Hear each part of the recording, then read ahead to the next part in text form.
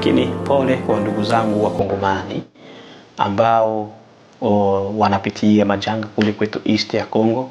Tunazidi kusema tu pole.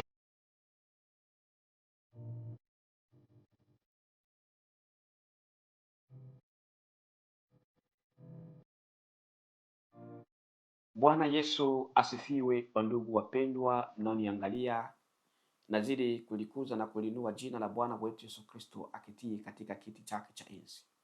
Amani ya Bwana wetu Mungu wetu Yesu Kristo atupendaye na iwe nasi kila wakati na kila dakika. Yeye ni mwaminifu awezaye kufunua siri za ulimwengu huu na kuwapa watoto wake, ili watoto wapate kuwa na akili na hekima ya kujitambua na kutambua jinsi wanavyojiendesha juu ya nafsi zao.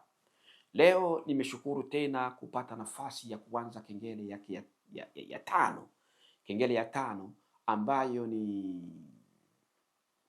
kengele ambayo hiyo kengele inazungumzia mambo mengi juu ya kanisa ya uongo, na jinsi gani watumishi wa uongo wanavyoweza kudasa watu, na jinsi gani watu aina ngapi za wanazotumia kunasa watu, yani aina gani za system wanazozitumia ili kuhakikisha wananasa watu.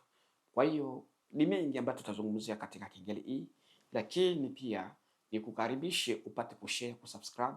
Hongera kwako wewe ndugu wa Toba na Uamsho TV, lakini hongera kwako na big up sana kwako ndugu yangu Promova TV kwa kila ambacho unachokifanya kwa kutoa support. Amani na ya Bwana wetu Yesu Kristo izidi kuwazunguka ninyi, kama nasema ninyi kama mapartners lakini natumia lugha hiyo.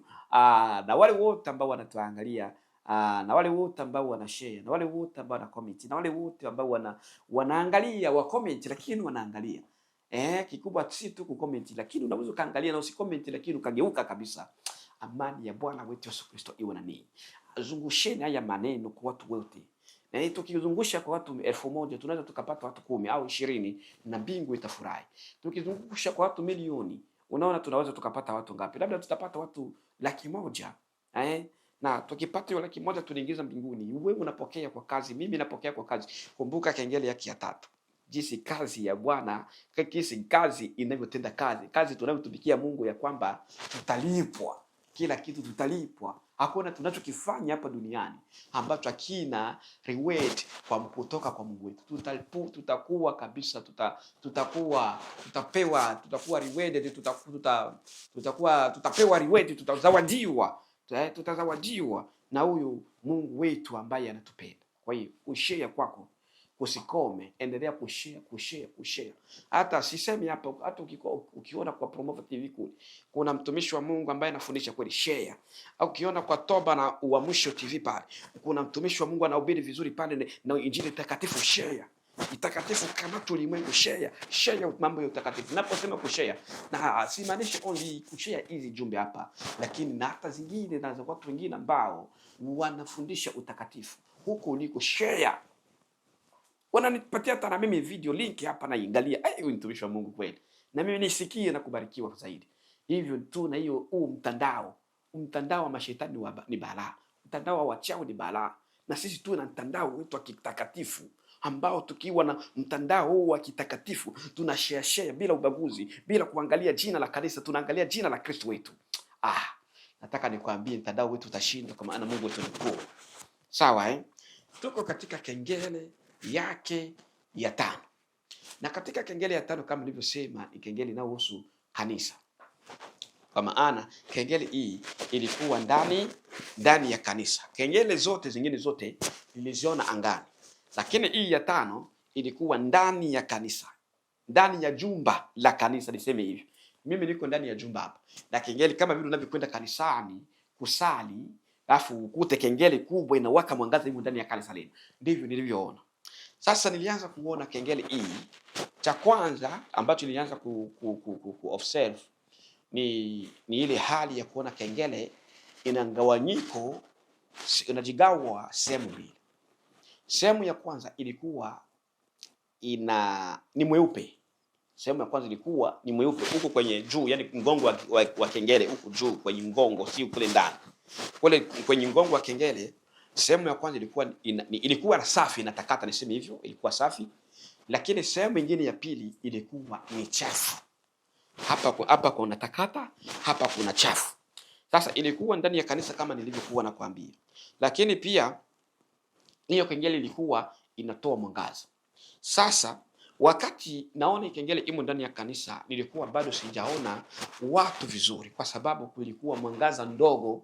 Sikuweza kuruhusika kuona watu wanaosali ndani ya kanisa vizuri, lakini nilianza kubatika kuona vizuri alikuwa ni mchungaji, hata kama kengele haijatoa mwangaza wake. Sawa eh? Nikaona mchungaji akiwa kwenye ibada na alikuwa na watu, maana niliangaziwa kwanza mbele, nikaona mchungaji, lakini mbele ya mchungaji anakusimama kule kwenye pulpit, lakini hapa mbele ya pulpit kulikuwa na kundi la kwaya. Lakini baada ya hapo niliona kama kunakuwa watu ambao pia wanaenda kwenye maombezi, wanajikunda kundi lingine nasimama kama wanaenda kwenye maombezi kwa mchungaji. Ndio ninavyoona. Sasa wote waumini ambao wako huko nyuma ama huko mbele ya mchungaji nilikuwa bado sijawaona. Yaani nilikuwa naona kama kuna giza, sikuona vizuri, lakini mbele kwa mchungaji ninaona vizuri, na wale walioko kule mbele ninaona vizuri. Hao ndio nilianza kuwaona. Sasa sikiliza haya maneno. Nilipoona hivyo, ile kengele sasa ikawaka mwangaza ukamulika kanisa lote, nami nikaona waumini na wote walioko kule mbele. Nikaona kanisa ni baa, watu wanavaa mashoti, wanavaa mavazi ya kuonyesha tumbo, watu wanavaa la kishetani la kidunia. Mwonekano wa wote ulikuwa ni wapi? Wa mwonekano wa kidunia. Lakini kitu cha ajabu kilianza kunishangaza, kwa maana nilionyeshwa vifua vya hawa watu na kifua cha mchungaji wao. Kifua vya hawa watu vilifanana na kifua cha mchungaji, kwa maana ndani ya vifua niliona kuna roho. Roho hiyo si Roho Mtakatifu, bali ni roho ya kunguru. Niliona ni ndege. Yule ndege, kama unaoshawahi kunjua ndege anaitwa kunguru, huyo ndo niliyemuona anakaa katika mioyo ya waumini na viongozi wa kanisa na mchungaji pia. Kawa najiuliza, mtu kwenye kuwa na ndege wa kunguru ndani ya moyo, na wako ndani ya kanisa na wanasali. Baada ya hapo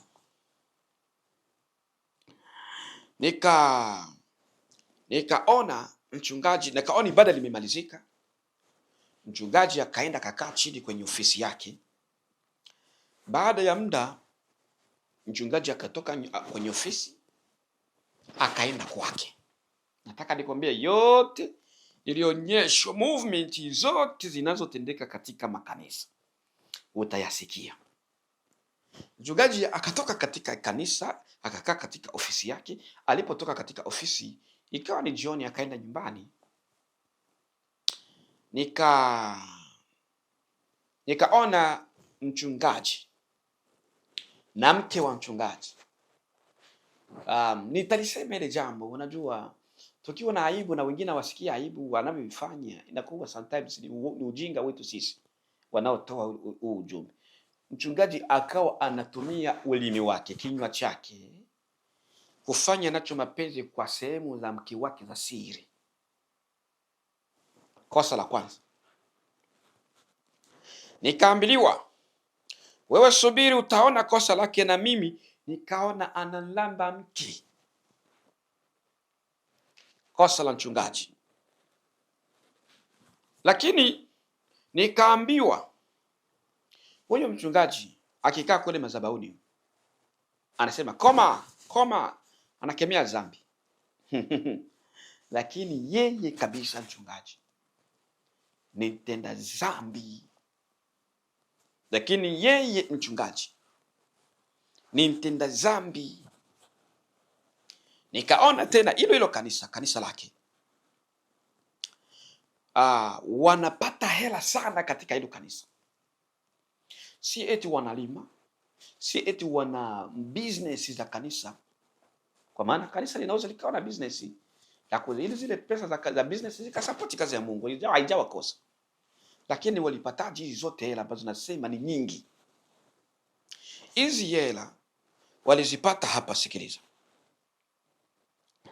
Hela ambazo hizo hela wanazipata kwa njia ya uongo, na kwa sababu pesa hizo zilikuwa ni za uongo, kila mwanakamati, tatizo la pesa za uongo, kufanya miujiza ya uongo, kuhubiri uongo ili upate pesa.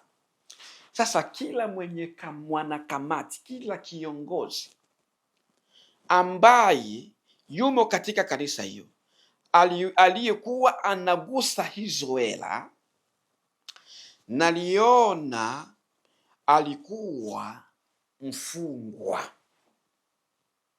Walifunguaje sasa?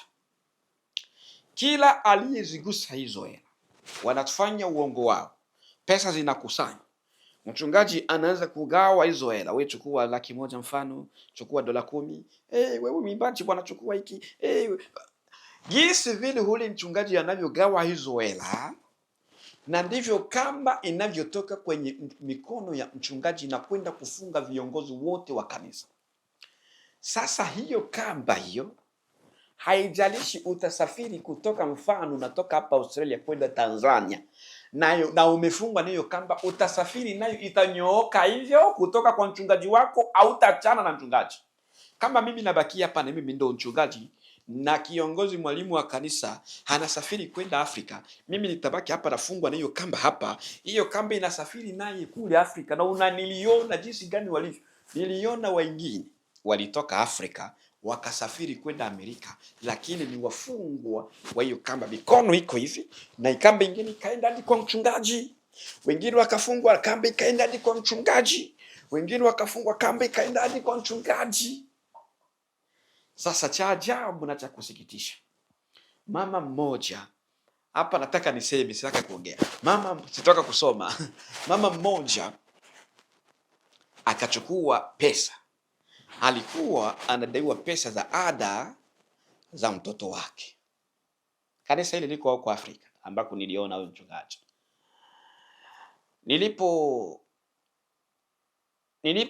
Alipochukua hizo hela, huyo mama akasema, basi nimeshukuru Mungu kwa sababu nitaweza kulipa ada ya watoto.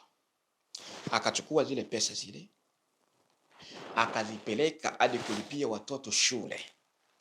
Ile hali ya yeye kuchukua hizo pesa na kulipia watoto wake shule, familia yake ikawa milki ya mashetani, nyumba yake ikawa milki ya mashetani.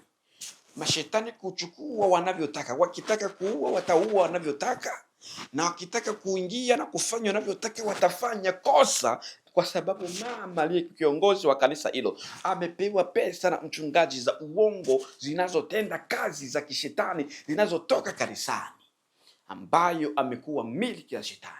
Halilipa ada ndio ya shule, lakini familia ikatekwa na shetani kuwa miliki ya shetani. Kaa chonjo na kanisa. Unajua kanisa ni mahali mtu anaweza akaua kushinda mwanasiasa. Kanisa ni mahali ambako mtu anaweza kuua kushinda mchawi. Kuwa makini na mahali ambako unasali. Jua mchungaji wako, jua viongozi wako, si kosa. Ni hali tu ya usalama. Kama tunaambiwa unapoendesha gari, jua gari lako kabla ya kusafiri. Angalia petro, angalia pumzi kwenye mataya, zile taya. Angalia. Si kosa kufanya hivi, ni kwa sababu ya unasafiri na unataka kufika salama na kurudi salama. Hata hivi kumjua mchungaji wako, kujua viongozi wako kiroho, si kosa, ni kwa sababu unataka ufike vizuri kwa Yesu Kristo. Huo ndio ushauri wangu ambao naweza nikakupatia. Nyumba yao yote ikafungwa. Mama huyo akawa amefungisha nyumba yake, na ndivyo nilivyoambiliwa watoto, hata nikaambiliwa ya kwamba hata watoto wake wamekuwa mali ya shetani. Baada ya hapo nikaonyeshwa mtumishi mwingine. Kumbuka kengele iko ndani ya nyumba ya hekalu ya kanisa. inaangaza matukio yote na maisha ya waliomo ndani ya kanisa. Nikaona mchungaji mwingine, huyu mchungaji sasa ndo balaa. Huyu bwana yeye alikuwa na ubiri. Nilianza kumuona kwanza, nilimwona anavaa mavazi meupe, avae mavazi meusi. Nikashangaa. Lakini kwake nikawa naona, unaona zile kamba za ndoano, na unafunga ndoano kule, alafu zile kama ndo misipi, alafu unarusha kule ili ukamate samaki. Na ulete mfano kwa wale wavuvi walio karibu na maji wamenielewa. Unafunga kondoano yako ndani msipi, alafu kule chini unaweka ndoano. Unaweza ukaweka kajiwe kidogo ili ndoano ishike kule chini, ama afu ukatupa hivi ili kule mbali ndoano atakapoona, samaki atakapoona ile ndoano haendi na kula kile chambo, alafu anaso na ile ndoano, alafu unaanza kukokota. Sasa hivyo ndio nilivyoona huyu mchungaji. Mchungaji alikuwa anatoka na misipi inaenda mwili wote misipi inachomoka. Mwili wote misipi inachomoka. Misipi nikawa nashindwa kumuelewa. Huyu ni mtu namna gani ambaye anatoka na misipi, lakini kila msipi ulilenga shaba mzuri na ukakamata samaki. Kuliko mimi kuona ni samaki ambayo inauawa na huyu msipi, niliona watu wamenaswa. Kuna watu wanaonaswa hapa kwenye kinywa, wengine hapa midomo ya juu wananaswa na ndoano. Niliona wengine walinaswa kwenye masikio na ndoano, lakini nikaona wengine wamenaswa kwenye macho. Eneo tatu ambazo niliona ndoano za huyu mchungaji zilienda na kunasa watu kwa aina hii: kwenye kinywa, kwenye masikio na kwenye macho. Nitakwambia sasa aina zao watu walinaswa kivipi. Kwanza wamekuwa ni mali za mchungaji huyo kwa sababu wamesikia mafundisho ya uongo ya mchungaji huyo. Sawa, Watu wengi kamba yake niliona inaenda ulimwenguni. Na vile wale watu walivyokuwa wanasikia na kamba inatoka kwa mchungaji na nasa mtu kama ndoano vile, mtu ananaswa hapa, mtu ananaswa hapa, na mtu yuko hivi anakokotwa na mchungaji. Kokota alipokwenda mchungaji anakokota watu, kuua watu kama vile samaki. Sasa kwa nini masikio, kwa nini kinywa, na kwa nini macho? Macho ni watu walionaswa macho, niliambiliwa ni wale ambao walikaa na kumwangalia watu waliomo ndani ya kanisa lake. Kwa nini masikio? Masikio niliambiliwa wale watu waliokaa kwa kusikiliza ujumbe wake kupitia radio. Kwa nini kinywa? Watu waliongea ujumbe wa uchungaji huyu kwa watu wengine. Kwa kinywa chao wakaongea mambo ya huyu mchungaji, wakanaswa. Walinaswa eti mchungaji amewaroa kwa sababu ya kuwaokoa, bali amewaroa kwa sababu ya kuwaingiza katika hukumu ya kuzimu. Sikiliza haya maneno, ushauri huu. Baada ya hapo sasa nikaambiliwa hivi, kama vile ndoano nishasema hapa pote. Sasa nikaambiliwa kwamba watu wawe makini sana katika kusali. Watu wawe makini maeneo ya kusali. Kuwa makini. Waza mara mbili, waza mara tatu. Wana mchungaji huyu nimemwona na kanzu nyeupe, lakini bado ni muongo. Lakini ana vazi nyeupe. Sikiliza hapa. Baada ya hayo nikaona watu wawili waliokuwa kwenye viti, na viti vyao vinatoa moto. Walikuwa kwenye viti kama